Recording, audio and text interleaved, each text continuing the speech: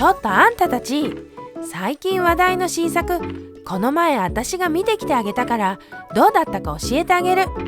だからちゃんと感謝して聞きなさいよね。なんで見に行ったかですって？別にあんたたちのために見に行ったんじゃないんだからね。勘違いしないでよね。はい、というわけで最近いくつか新作を紹介してきましたけど、実機見てきました。もうバチクソ楽しんでしまったので、その辺の感想をぺちゃくちゃやっていきたいと思います。それで最初はこちら、ジャガールクルトのレベルソトリビュートモノフェイスです。それでまず結論、これはですね、超絶おすすめモデルであると確信しました。ジャガールクルトの傑作来ちゃいましたね。もう今日はこの話をしたいがために動画作ったと言っても過言ではないくらいなんですよね。はい。で、どの辺が良かったのかっていうことなんですが、サイズ感が抜群でした。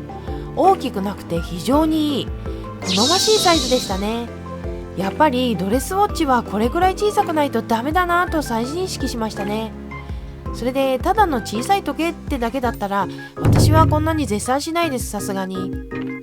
このモデルのサイズ以外の魅力なんですけど、それはですね、小ぶりなんですけどしっかり存在感があるっていうところですね。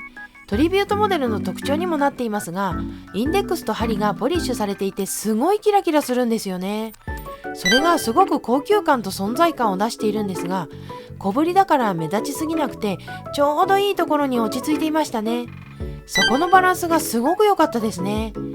というわけで私としてはぜひ一度皆さんに腕に乗せてみてもらいたいなと思ったわけなんです。はい。それからですね、ダイヤルの方なんですが、ブルーとシルバーの両方見比べてみまして、感想としてはそれぞれの良さがバリバリありましたね。ブルーの方はダイヤルの色味と針、インデックスのギラギラでかなり色気のあるモデルでした。ビジネスでの使用もいいんですが、オフの日にジャケットを羽織ってこのレベルスをつけるっていうのが最高にかっこいいと思わせる一本ですね。対してシルバーダイヤルの方なんですけど、こちらも針、インデックスのギラギラは変わらないんですが、ダイヤルが明るいのでこちらの方が爽やかでいやらしさみたいなものはあまりないように感じました。シルバーダイヤルの方が日常使いしやすいのかなと思いますね。それで実機見た印象ですけど、私はどちらかというとシルバーの方が使いやすくていいかなと思いました。ただこれは完全に好みの問題だと思うので、どっちを選んでも正解です、確実に。あるいは今後色展開が増える可能性もあるので、少し様子見するのもありですね。とはいえ私はこの2色を最初に展開してくれたジャガールクルトにありがとうと伝えたい。ジャガールクルトの人たち、ありがとう、この思い届け。はい、続いてはパテックフィリップのキュビタスに行きたいと思います。いろんなところで正規店で飾ってあるのを見かけるって聞いていたので、どうかなと思ったらちゃんと置いてありましたね。いやー、見つけた時は興奮しちゃいましたね。街中で芸能人を見かけたみたいな感じになってたと思います。はい。で、見てきたんですが、感想を一言で言うと、でかい！いわゆるデカ薄でしたね。今の腕時計界の流れに乗っているのかどうかはあれですが、大きかったですね。そういう意味で存在感のある時計が好きな人にはちょうどいいモデルだと思いました。ただダイヤルの面積が大きいので、シンプルな三振だと物足りない気がするんですよね。クロノグラフとかコンプリケーション系がついている方がダイヤルがごちゃごちゃしてデザイン的なバランスはいいんじゃないかと感じましたね。というか、ダイヤルが大きかったりケースが大きいのはそういうコンプリケーション系の機能を載せる前提でできていると思うので、今後出てくるモデルはかなり注目ですね。いや、わかりますよ、すでに出てるじゃないかと、ビッグデートのモデルが。いや、それも見ましたけどね、私はシンメトリーなデザインの方がいいなと思っちゃいましたね。まああれですね、キュビタスのクロノグラフモデルってことであればタグホイヤーのモナコでいいんじゃないかという説もありますけどね。はい。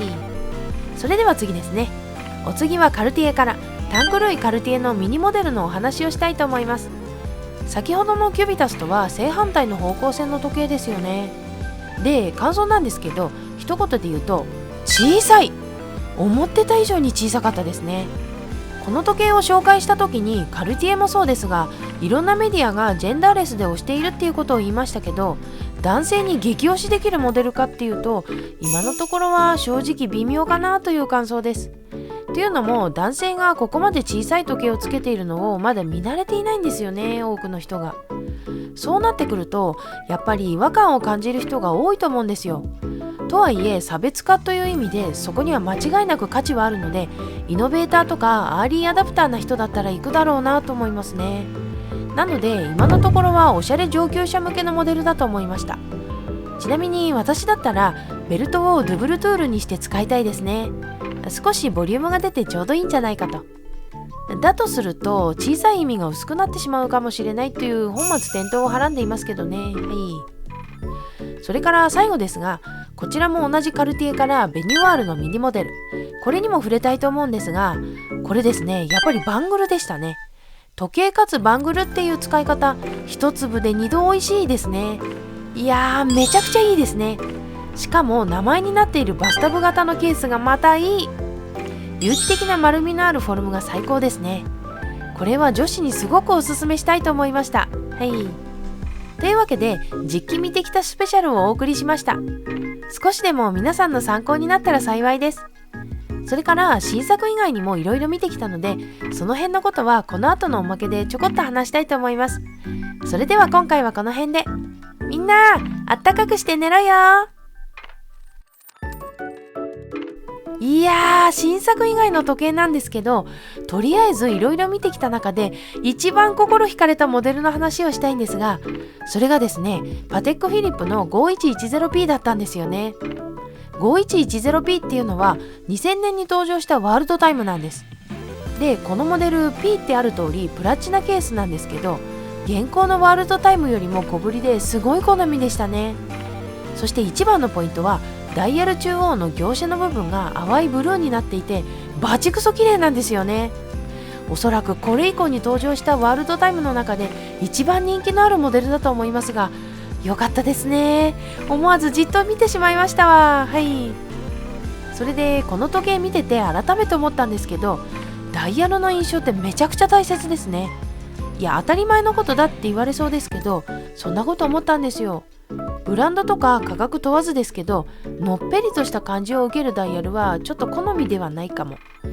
業者の模様とか陰影でもいいですし、三連仕上げのグラデーションでもいいですし、エナメルのみずみずしい質感でもいいですけど、そういう表情があるようなダイヤルがいいなって思いましたね。で、これ針も同じですけど、立体感があって光が当たった時に表情がある針がすごく好きなんですよね。もちろん薄いペラペラな針だと萎えるっていうのもありますけどね。そんなことを思いながら時計見て回ってましたね。はい。あとはランゲ1の30周年限定モデルも見てきましたけど、バチクソ欲しくなりましたね。結構いろいろお店回って堪能しちゃいましたわ。はい。ではこの辺で。